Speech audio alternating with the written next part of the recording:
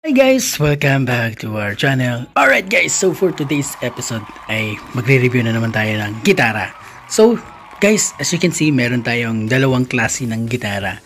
So ipagkukumpara natin itong dalawang klaseng gitara guys. So dito sa left side is meron tayong dreadnought size na gitara, which is the standard size. And yung sa kabila naman, ito naman yung OM o yung triple O na medium size na gitara. You can say it na travel size din at the same time kasi mas maliit nga kumpara sa standard size. So, ikukumpara natin yung kanilang tone at sound quality ng mga gitara ito. So, simulan natin. Alright guys, ayan. So, as you can see, ito, meron tayo ditong Fender CD140 SCE and this is the James na JF400 na PSP. Itong ating Fender, which is the natural na finish, na gloss yung finish niya. Ito naman yung ating James. This is nakatobacco, sunburst siya. Yan, nakatobacco. This is a triple O OM size guitar. Mas maliit ng konti sa standard size na gitara. And both guys is meron silang pareha na solid top, spruce top. Yung back and sides ng ating pong Fender is ubangkol na laminated, and yung back and side ng ating James is mahogany na laminated. Both yung kanilang neck is mahogany, then rosewood na yung ginamit sa kanilang fingerboard at saka sa bridge. Ayan, so let's hear yung differences ng tunog ng gitarang ito guys. Alright, so simulan natin sa Fender.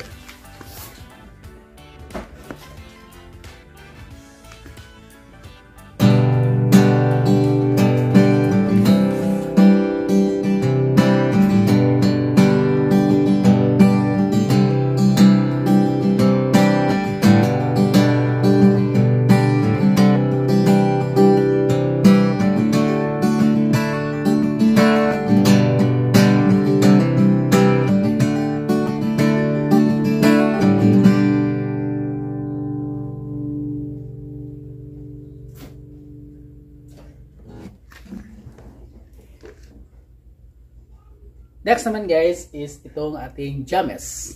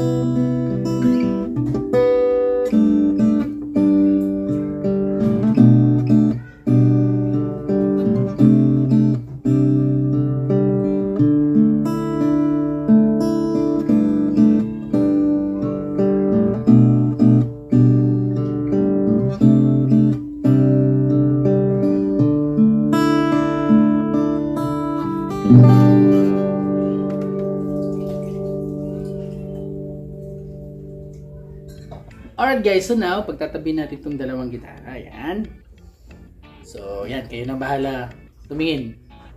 As you can see, mas maliit talaga itong ating James na JF400 na TSP compared dito sa ating Fender na CD140SE na dreadnought size guitar na cutaway.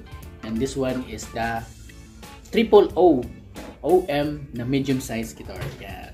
Alright. So itong isang gitara nito guys, to mas maganda to kapag yung mahilig kayo mag-travel.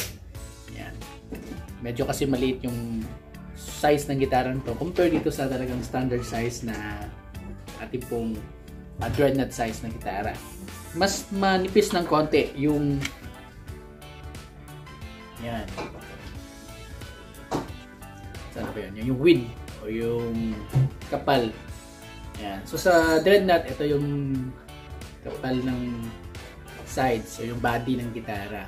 Tayo sa Fender, ayan, ito yung dreadnought size, kapal, kaya mas more on the bass. Yung tunog ng gitara and rich, no? Mas rich yung tunog ng gitara and bass. And ito naman yung sa James guys, still maganda rin kasi sa James guys is well-rounder siya na gitara, no? Well balanced yung tunog ng gitarang to, ito sa James. Meron siyang bass, meron din siyang yung parang treble, yung treble niya, mataas din yung tunog ng treble. Talagang na-balance yung tunog ng gitara.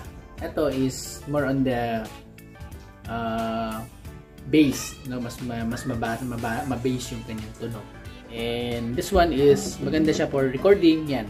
Mahilig kayo mag-vlog, tapos mag-record ng mga kanta. Ito yung masasuggest ko, maganda yung tunog ng ganitong gitara, yung dreadnought. Maganda ka sa recording to. Buo kasi yung tunog niya guys, and ang ganda ng kanyang tone quality din at the same time. Itong O na OM size guitar, which is common, yung iba tinatawag nilang travel size, but this one is iba kasi yung travel size kasi mas maliit ng konti yung travel size compared dito. But this one is, ito yung magandang pang performance guitar, yung mahilig kayo mag-gig yun, mahilig kayong